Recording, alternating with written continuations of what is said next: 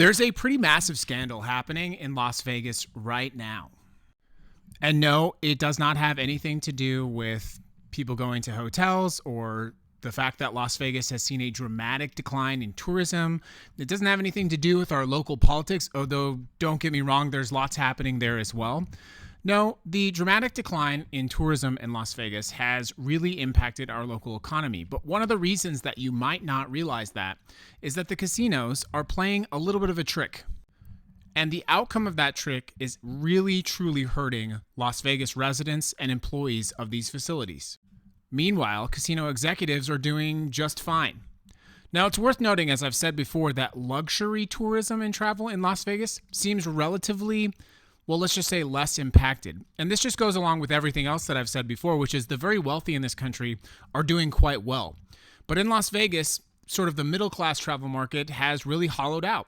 And the middle-class residents of Las Vegas who depend on that economy for their jobs and for their families are feeling the worst of it. Here's what's happening. Because of the dramatic decline in tourism, casinos in Las Vegas are not laying people off. They're putting them on an on-call schedule status. So basically that means they don't have dedicated shifts and that they are on call based on the demand and the needs of the business. So if it gets busy, they get a phone call, they're supposed to come into work. One local resident told a news station that she has not been called in for 2 months.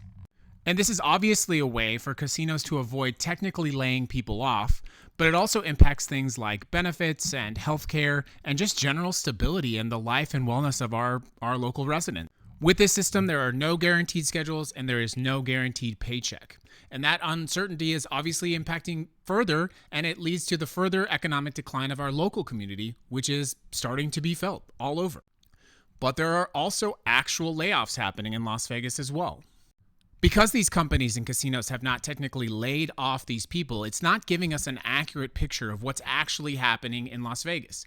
And one of the reasons I think this is because if we were to actually, for example, lay off all the people that these casinos cannot afford to bring on, it might give us a very different picture of the actual health of Las Vegas. And that might force these casinos and companies to have to make even more decisions to drive pricing down even more.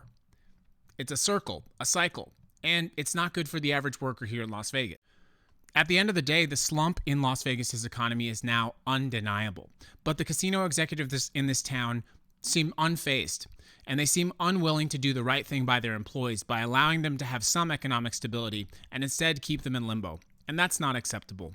We deserve better.